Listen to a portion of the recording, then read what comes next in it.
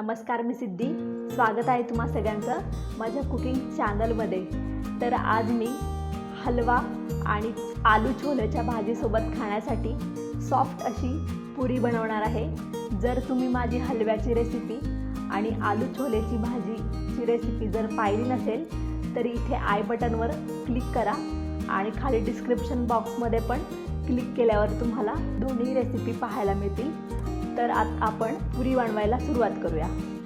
जर तुम्हाला माझे व्हिडिओ आवडत असतील तर लाल सबस्क्राईबचं बटन जरूर दाबा. त्याचबरोबर हे बेल आयकॉन दाबल्यावर तुम्हाला माझी व्हिडिओ सगळ्यात पहिल्यांदा फ्रीमध्ये पाहायला मिळेल. व्हिडिओ आवडली असेल तर लाईक जरूर करा. तर सगळ्यात पहिल्यांदा बाउलमध्ये इथे मी 2 सपाट वाटी मैदा घेतलाय. मग त्याच्यामध्ये चवीनुसार मीठ घालायचे. त्यानंतर चिमूटभर सोडा टाकायचा आहे आणि शेवटी 3 चमचे दही घालायचे. एवढं सगळं साहित्य आपल्याला पिठामध्ये सर्वप्रथम टाकून घ्यायचे.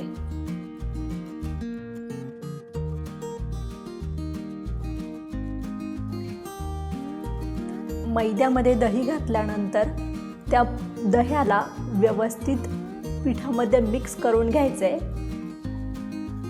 आणि नंतर मग त्याच्यामध्ये आपल्याला पाणी घालून पीठ मळायचे. पहिल्यांदा दही व्यवस्थित पिठामध्ये मिक्स करायचे.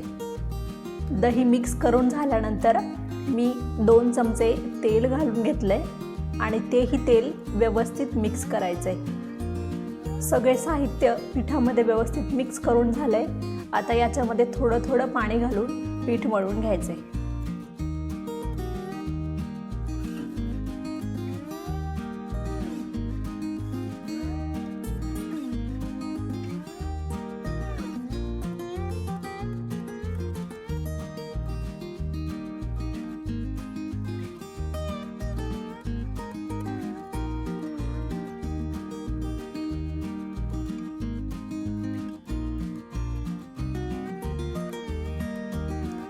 पुरी बनवताना खूप घट्ट पीठ मळलं जात नाही, त्यामुळे इथे मी थोडंसं पातळसर सैलसरच पीठ मळणार आहे.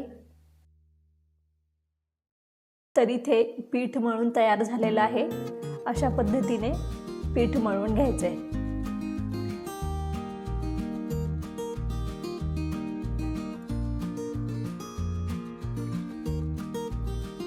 पीठ मळून झाल्यानंतर वरून थोडंसं तेल लावून पुन्हा एकदा गोळा छान मळून घ्यायचा आहे आणि मग ते 10 मिनिट रेस्ट करण्यासाठी ठेवायचे.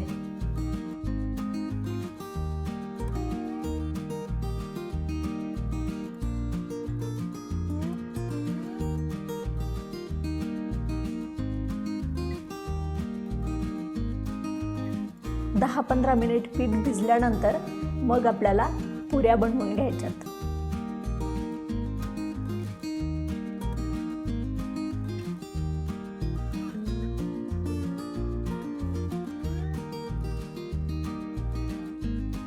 अशा पद्धतीने पुरी बनवायची आहे.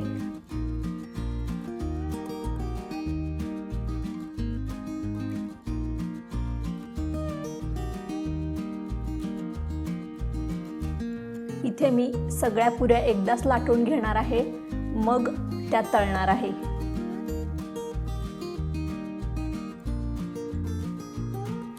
पुरी लाटताना पिठाचा वापर करायचा नाहीये. जर तुम्हाला असं वाटतंय आपली पुरी खाली चिकटतीये, पिठाच्या गोळ्याला थोडंसं तेल लावून मग पुऱ्या लाटायच्या आहेत. तर इथे माझ्या सगळ्या पुऱ्या लाटून तयार झालेल्या आहेत. आता आपण त्यांना तळून घेऊया.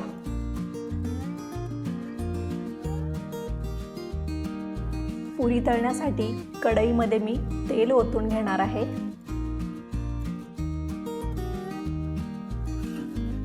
तेल थोडंसं गरम झालं की मग त्याच्यामध्ये आपल्याला पुरी टाकायची आहे.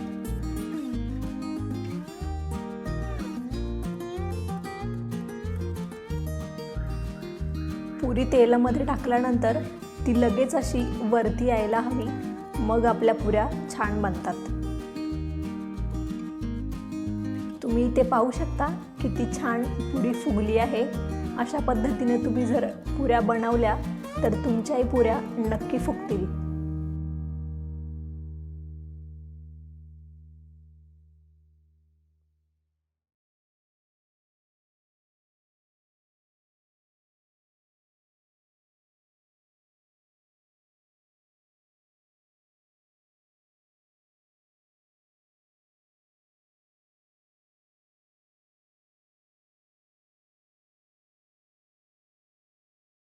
तर इथे आपली सॉफ्ट अशी पुरी बनवून तयार आहे। तर तुम्ही ही पुरीची रेसिपी नक्की बनवा आणि माझ्या चॅनलला लाईक, शेअर आणि सबस्क्राईब करा।